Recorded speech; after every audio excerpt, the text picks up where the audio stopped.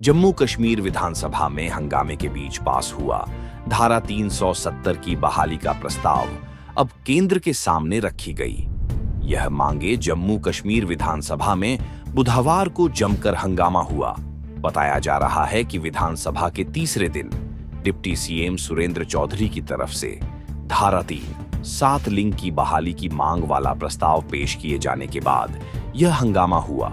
जबरदस्त हंगामे के बाद विधानसभा में यह प्रस्ताव पास भी हो गया। इस कदम का विपक्ष के नेता सुनील शर्मा ने सख्त विरोध किया और सरकार पर सवाल उठाते हुए कहा कि जब उपराज्यपाल के अभिभाषण पर चर्चा का काम था तो प्रस्ताव कैसे पेश किया गया। निर्दलीय विधायक शेख खुर्शीद और शब्बीर कुल्ले, पीसी प्रमुख सज्जाद लोन के अलावा 3 पीडीपी विधायकों ने प्रस्ताव का समर्थन किया। चलिए अब आपको बताते हैं कि आखिर इस प्रस्ताव में है क्या। तो बता दें आपको, विधानसभा की मीटिंग शुरू होने के तुरंत बाद सरकार की ओर से डिप्टी सीएम सुरेंद्र चौधरी ने प्रस्ताव पेश किया, जिसमें लिखा था, ये विधानसभा विशेष और संवैधानिक गारंटी के महत्व की पुष्टि करती है, जिसने जम्मू कश्मीर के लोगों की पहचान, संस्कृति और अधिकारों की रक्षा की और एक तरफा हटाने पर चिंता व्यक्त की। प्रस्ताव में आगे कहा गया, यह विधानसभा भारत सरकार से विशेष दर्जा, संवैधानिक गारंटी की बहाली और इन प्रावधानों को बहाल करने के लिए संवैधानिक तंत्र तैयार करने के लिए जम्मू कश्मीर के लोगों के निर्वाचित प्रतिनिधियों के साथ बातचीत शुरू करने का आह्वान करती है। इस प्रस्ताव में यह भी लिखा गया है कि विधानसभा इस बात पर जोर देती है कि बहाली की किसी भी प्रक्रिया में राष्ट्रीय एकता और जम्मू कश्मीर के लोगों की वैध आकांक्षाओं की रक्षा होनी चाहिए। तो वहीं बीजेपी ने सदन में प्रस्ताव के खिलाफ विरोध प्रदर्शन जारी रखा और इसकी वजह से विधानसभा अध्यक्ष को सदन को 15 मिनट के लिए स्थगित भी करना पड़ता।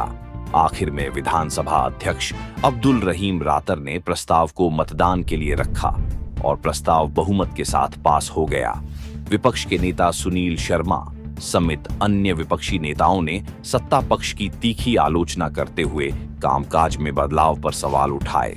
उन्होंने कहा कि जब विधानसभा में एलजी के अभिभाषण पर चर्चा होनी थी तो यह प्रस्ताव कैसे पेश किया गया। बीजेपी ने सदन में प्रस्ताव के खिलाफ विरोध प्रदर्शन जारी रखा और जिसकी वजह से विधानसभा अध्यक्ष को सदन को 15 मिनट के लिए स्थगित भी करना पड़ा था। वहीं से लेकर अब बीजेपी नेता रविंद्र जैन का बड़ा बयान भी सामने आया। आइए सुनाते हैं आपको उनका पूरा बयान। आतंकवाद और अलगाववाद की जननी धारा 370 को 5 अगस्त 2019 को समाप्त कर दिया गया, जिस धारा 370 ने जम्मू कश्मीर के अंदर अलगाववाद और आतंकवाद की मानसिकता को जन्म दिया।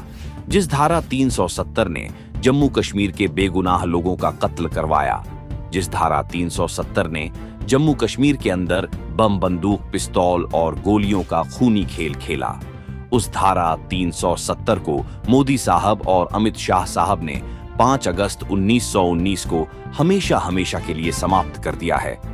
जम्मू कश्मीर की नई सरकार कांग्रेस के सहयोग से यहां आतंकवाद और अलगाववाद की मानसिकता को दोबारा जन्म देने की कोशिश कर रही है। नेशनल कॉन्फ्रेंस कांग्रेस की सहायता से जम्मू कश्मीर के अंदर पाकिस्तान के एजेंडे को, आतंकवादियों के एजेंडे को, अलगाववादियों के एजेंडे को वापस लाने की एक कोशिश नेशनल कॉन्फ्रेंस और कांग्रेस पार्टी कर रही है।